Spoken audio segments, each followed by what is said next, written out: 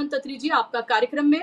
मेरे साथ डॉक्टर राकेश पाठक जी हैं, जाना माना चेहरा है, वरिष्ठ पत्रकार हैं, दशकों का उनका भी पत्रकारिता का अनुभव है, बेबाकी से तथ्यों पर आधारित अपनी बात को वो रखते हैं। बहुत बहुत शुक्रिया आपका भी कार्यक्रम का हिस्सा बनने के लिए। हेमंत जी, शुरुआत में आपसे करूं क्योंकि आप हरियाणा से हैं और अब हरियाणा में आने वाले वक्त में चुनाव हैं और सुप्रीम कोर्ट का जो ऑर्डर आया है यथास्थिति वहां पर बनी रहेगी, लेकिन एक जो महत्वपूर्ण बात कही गई है वो ये कि किसानों को सरकार पर भरोसा नहीं है। ये भी कहा गया है कि एक स्वतंत्र कमेटी बनाई जाए, लेकिन सवाल ये उठता है कि इस देश के प्रधानमंत्री तो नरेंद्र मोदी हैं, यानी कि नीतियां वो बना रहे हैं।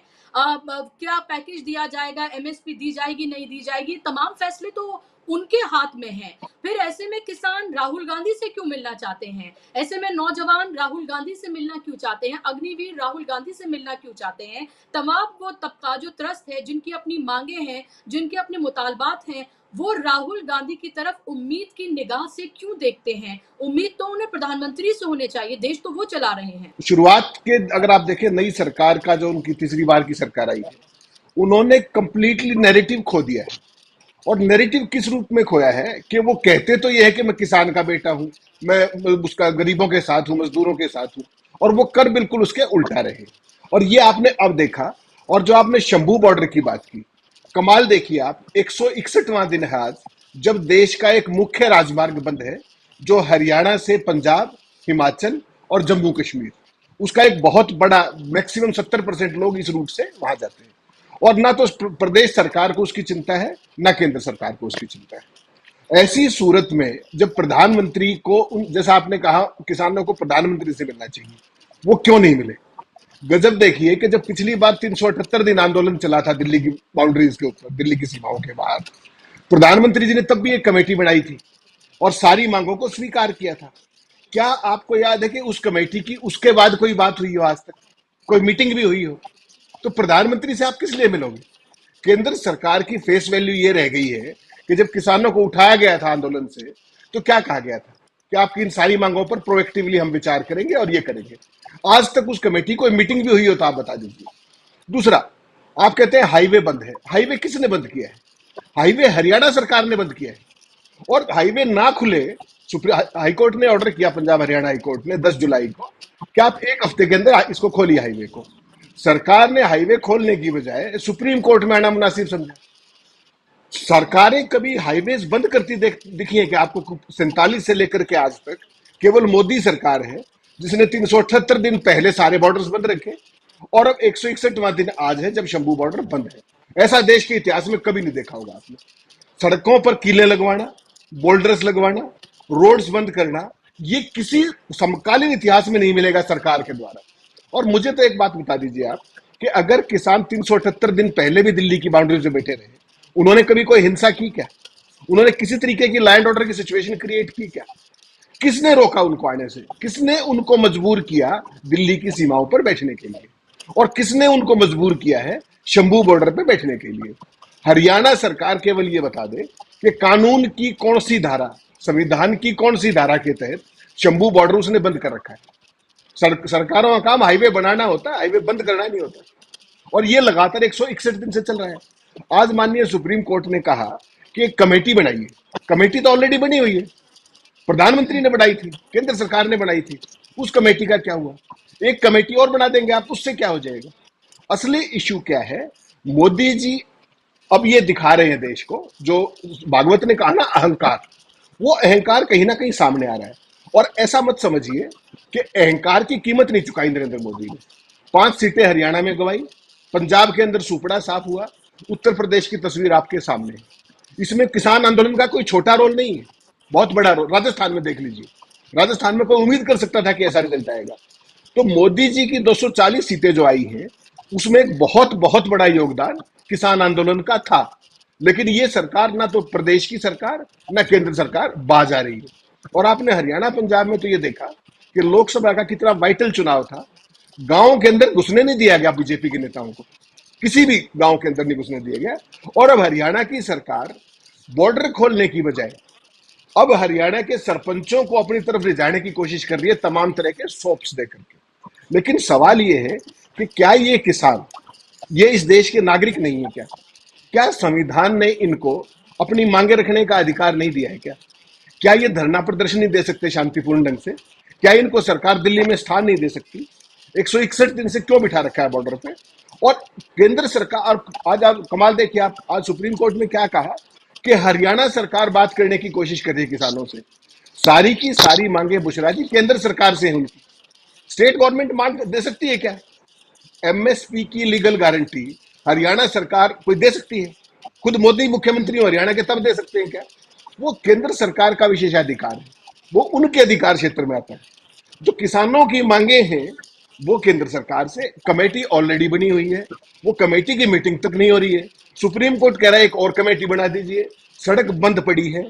ये मोदी जी का गवर्नेंस है। और कमाल देखिए, आपने जो कहा कि जो भी देश का पीड़ित वर्ग है आज, चाहे वो युवा हो, चाहे वो अग्निवीर हो, चाहे कोई खोमचे वाला हो, चाहे कोई कुली हो, चाहे वो किसान हो, वो राहुल गांधी से क्यों मिल रहे हैं? इसकी आपने एक बानगी देखी। आज जो किसान नेता आए थे 12, वो आज से 3 दिन पहले दिल्ली में उन्होंने एक सम्मेलन किया था कॉन्स्टिट्यूशन क्लब में, आपको याद होगा।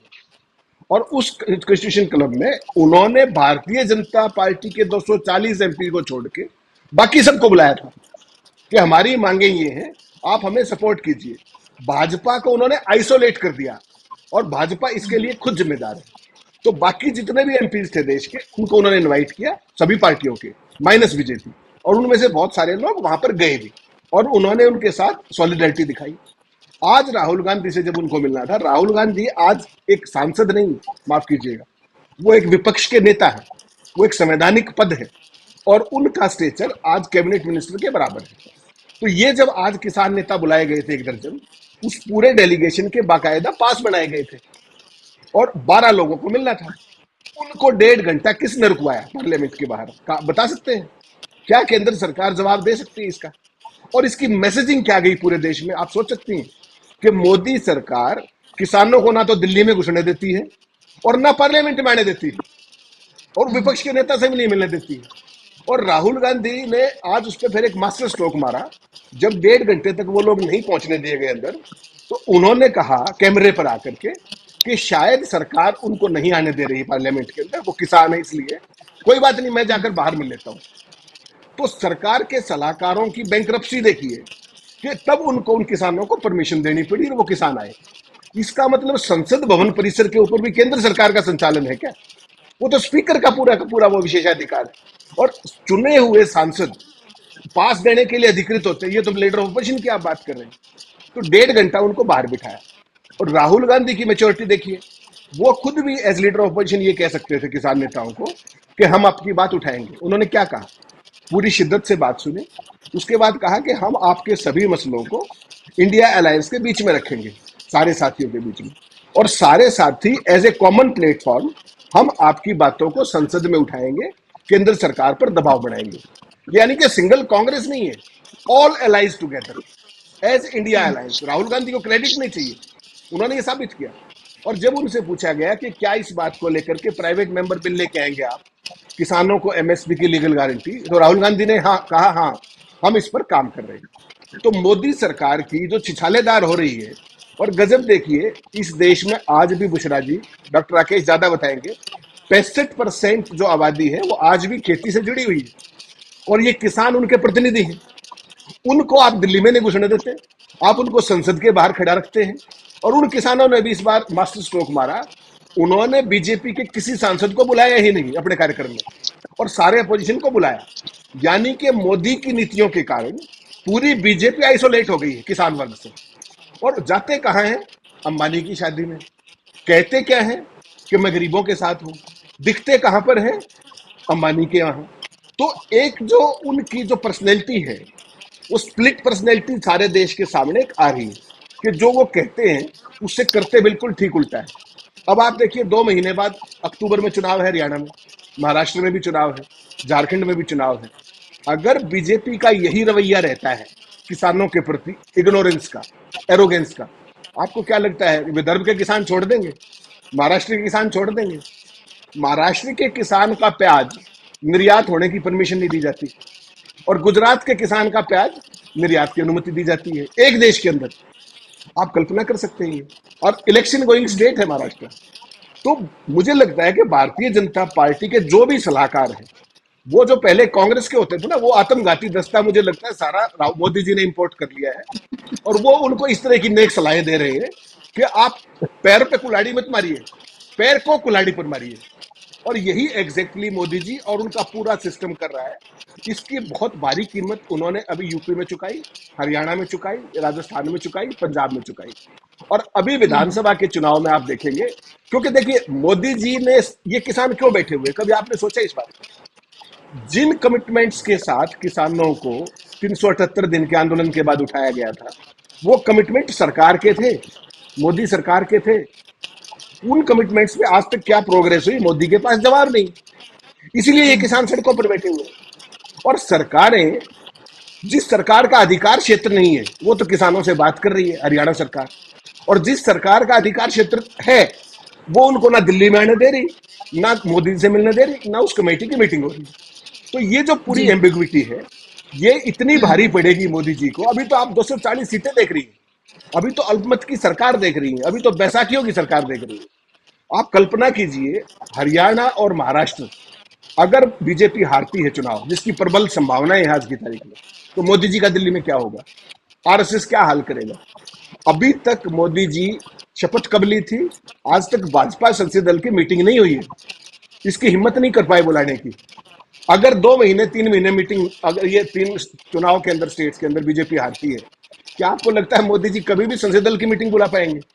और विद इन पार्टी किस तरह का विरोध होगा? तो इनको ये समझ में नहीं आ रहा। और राहुल गांधी बहुत मेच्योरिटी के साथ हर सेगमेंट को एड्रेस कर रहे हैं, जो एक इफेक्टिव विपक्ष को करना चाहिए। और ये जी। सारी चीजें, जो नया विश्वास मिल रहा है, अब ये देश में साफ हो रहा है कि गरीबों के साथ कौन है और रईसों के साथ कौन है, ये बिल्कुल साफ हो गया है। अब आने वाला हर दिन मोदी के लिए एक बड़ी चुनौती साबित होगा, you take it from me. और ऐसा ही होगा।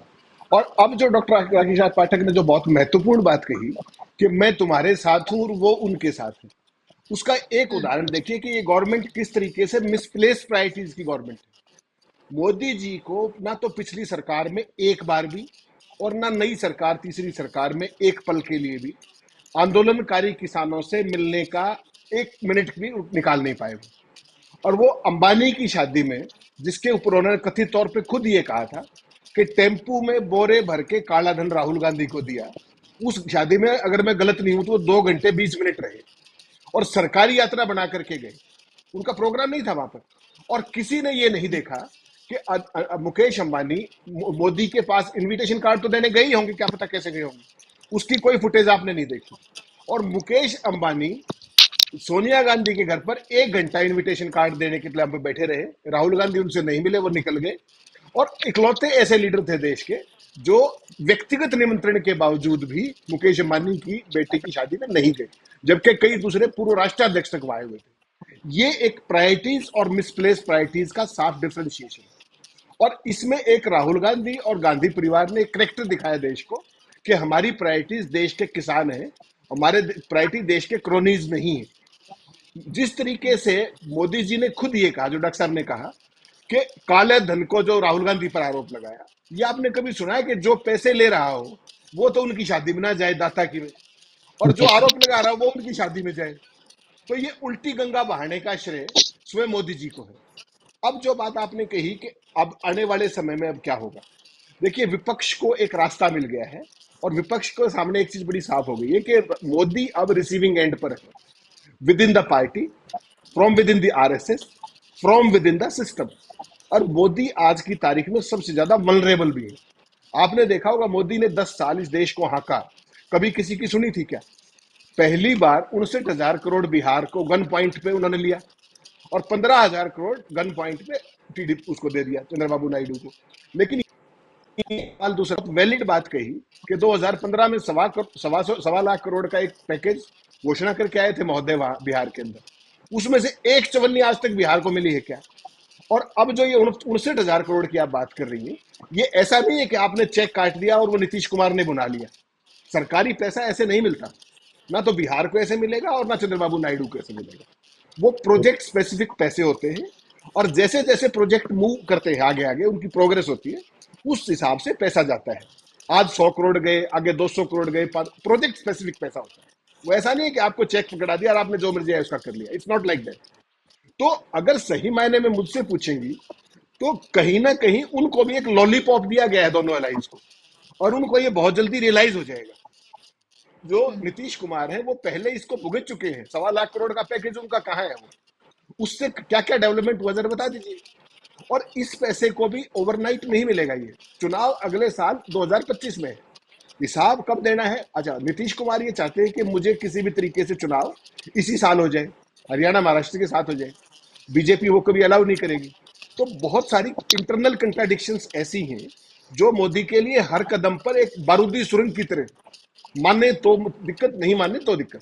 डॉक्टर साहब ने जिक्र किया कि स्टेट्स जो हैं उनका जो रेवेन्यू के अंदर जो कंट्रीब्यूशन है, सबसे ज्यादा कंट्रीब्यूशन तो कर्नाटक का है, उनको चवन्नी नहीं दी, हाँ, कर्नाटक का रास्ते का। Number one. Then is Maharashtra, Maharashtra तो is election going state also, forget about BJP ruled state. लोग कहते हैं बीजेपी रूल्ड स्टेट, मैं कहता हूं बीजेपी रूल्ड स्टेट्स। तो हरियाणा को चवन्नी नहीं दी, राजस्थान को कुछ नहीं दिया। तो ये कर क्या रहे हैं, क्यों कर रहे हैं? ये इनके कोई, जैसा कहा कि नानी का पैसा नहीं है कि आपने जेब से निकाला और तू भी ले जा, तू भी ले जा, इट्स नॉट लाइक दैट। देश का एक जो संघीय ढांचा है उसमें एक तंत्र है, और उस तंत्र की तमाम व्यवस्थाएं हैं, उन व्यवस्थाओं के तहत देश संचालित होता है, आपकी पर्सनल लाइकिंग और डिसलाइकिंग के तहत नहीं होता है। अब जब नीति आयोग की बैठक का विपक्ष बायकाट करेगा तो फिर मोदी जी रोने शुरू कर देंगे वहां पर कि देखिए मेरा 2.5 घंटे गला दबा दिया गया। अपने अंदर ये नहीं झांक रहे हैं कि मैं कर क्या रहा हूं, इस तरीके का डिफ्रेंशिएशन। अच्छा, तमाम चीजें होती है बुशरा जी, आप समझेंगी बात को कि अगर मोदी जी को कुछ करना भी था उनके लिए, बिहार के उसके लिए, तो उसको करने के और भी बहुत सारे तरीके थे। उनको अलग से आइडेंटिफाई नहीं करवाना चाहिए था, 5 स्टेट्स के लिए और भी प्रोजेक्ट डिक्लेयर कर देते, उसमें उन 2 का भी नाम आ जाता। तो यहां उन्होंने ये हरकत करके ना केवल बचकाना हरकत की है, अपने क्या नाम है निर्मला सीतारमन ने, बाकी ये भी दिखा दिया कि इस सरकार का जो रणनीतिक लेवल पे लफाजी एक चीज है, मीडिया का जो कीर्तन मंडली अलग चीज है, लेकिन इस सरकार में स्ट्रेटजी के नाम पर भी बौद्धिक दिवालियापन है। अगर 5-4 स्टेट्स के और नाम लेते, उड़ीसा का नाम लेते और का लेते, उसमें इन 2 का भी खप बिल्कुल। जाता। इन्होंने स्पेसिफिकली पिन पॉइंट उनको टारगेट करके एक्सपोज कर दिया, और उनका भी काम नहीं चला। तो वो जो कहते हैं ना, आप मुर्गे की जान भी गई, मुल्ला को मजा भी नहीं आया। तो मोदी फंस भी गए और कहीं के भी नहीं रहे। ये सारी परिस्थितियां सरकार के अंतर्द्वंद को दिखाती हैं, और वो बेसिकली मोदी जी का करेक्टर अब तक का जो रहा है वो माई वे और हाईवे का रहा है। उन्होंने ना कभी किसी की सुनी, ना किसी की मानी। ये पहला पॉलिटिकल कंपल्शन नंबर्स के कारण ऐसा आया है, जिसमें उनको सुननी भी पड़ रही है, माननी भी पड़ रही है, और झेलनी भी पड़ रही है। और ये लगातार बढ़ेगा, घटेगा नहीं। विपक्ष जब अब एक्सपोज करेगा, आप मुझे बताइए, चुनाव तो यूपी के भी आने हैं, और जिस तरीके से बड़े हुए उसके साथ, जो अखिलेश यादव जिस तरीके से डेली टारगेट करते हैं, वहां पर वो योगी आदित्यनाथ क्या करेंगे? उनको भी चवन्नी नहीं मिली, क्या कहेंगे, क्या वोट मांगेंगे? तो बीजेपी के जितने भी अपोजिशन हाथ, वो सारे चढ़ती कला में हैं, और बीजेपी आज से ज्यादा रिसीविंग एंड पे है। अभी आप देखिएगा जो ये 20 घंटे की बहस होगी, उसमें जो इनका जुलूस निकलेगा पार्लियामेंट के अंदर, और ये फिर वही करेंगे, या तो शोर करेंगे या रूलिंग पार्टी आपको पार्लियामेंट को डिस्टर्ब करते दिखाई देगी। तो ये सारी स्थितियां, मेरा ये मानना है कि अपोजिशन के पास एक बहुत इफेक्टिव नैरेटिव है कॉमन मैन का। उनको अब पार्लियामेंट को डिस्टर्ब करने की बजाय पूरी शिद्दत के साथ सरकार को मैट के ऊपर लाना चाहिए कि बहस कीजिए, जिद ना करें, रूल्स के चक्कर में ना पड़े। रूल से कुछ नहीं होगा, केवल पार्लियामेंट चले, ये अपोजिशन भी इंश्योर करे, क्योंकि जितनी पार्लियामेंट चलेगी उतनी सरकार की वल्नरेबिलिटीज एक्सपोज होंगी, और उतना ही वो बैकफुट पर जाते जाएगी। पूरा देश उसको देखेगा, लाइव देखेगा, और इनका जुलूस देखेगा कि किस तरीके से ये एम्बिग्विटीज में जीते, जो कहते हैं उससे ठीक उल्टा करते हैं। इनका सबसे बड़ा भक्त वर्ग कौन है? मध्यम वर्ग, जैसे आपने जिक्र किया इंट्रो में। और उस इंट्रो उसके साथ क्या किया भक्त वर्ग के साथ, आपने कल देख लिया बजट में। 10 साल में पहली बार स्टैंडर्ड डिडक्शन 25,000 रुपये बढ़ाई, और उसका क्या प्रचार कर रहे हैं कि 17,500 रुपये का लाभ हो गया। 25,000 में 17,500 का लाभ कैसे होता है, जरा बताएगा कोई मुझे? पहली बार ऊंट के मुंह में जीरे जैसी चीज दी, और कान पकड़ के क्या किया, लॉन्ग टर्म जो ये capital gain, short term capital gain दोनों बढ़ा दिए, प्लस जो इंडेक्सेशन होता था प्रॉपर्टी की सेल परचेज में, उसमें खेल कर दिया। तो डाला तो आपने 2,000 और निकाला 2 लाख। ये है मोदी सरकार का असली खेल। इसको हर स्टेप पर एक्सपोज करना चाहिए और पार्लियामेंट को डिस्टर्ब ना होने दे, क्योंकि वो सबसे बड़ा प्लेटफॉर्म है, संसद के अंदर भी, संसद के बाहर भी, लोगों के बीच भी। गारंटी मान के चलिए, मैं आपको पहले दिन से कह रहा हूं जिस दिन से रिजल्ट आया है, 3 स्टेट्स के चुनाव आने दीजिए, जम्मू कश्मीर में अगर चुनाव कराते हैं उसका रिजल्ट आने दीजिए, फिर देखिएगा मोदी जी का क्या हाल होता है। अपोजिशन का अपना जी रोल है, विद इन बीजेपी अपना रोल है, और आरएसएस के जुमले और डायलॉग आप रोज सुन रहे हैं, भागवत साहब क्या क्या कह रहे हैं। ये सारी चीजें मिलकर एक ऐसा पहाड़ है जो मोदी जी के लिए हर दिन उसको ताकना भी मुश्किल हो जाएगा, चढ़ने की तो बात छोड़ दीजिए। बिल्कुल, बहुत महत्वपूर्ण बातें आपने यहाँ पर कही और मध्य वर्ग की आप बात कर रहे थे, जो कि माना जाता है कि वो बीजेपी का बिल्कुल एक ऐसा वोट बैंक है जो कहीं नहीं जाता है, शहरी वोट बैंक। और वो जो नई टैक्स नीति आई है और उसमें जो रिजीम में जो टैक्स जो दिया गया है, जी, मुझे पता है हेमंत जी आपको जाना है, बहुत शुक्रिया आपका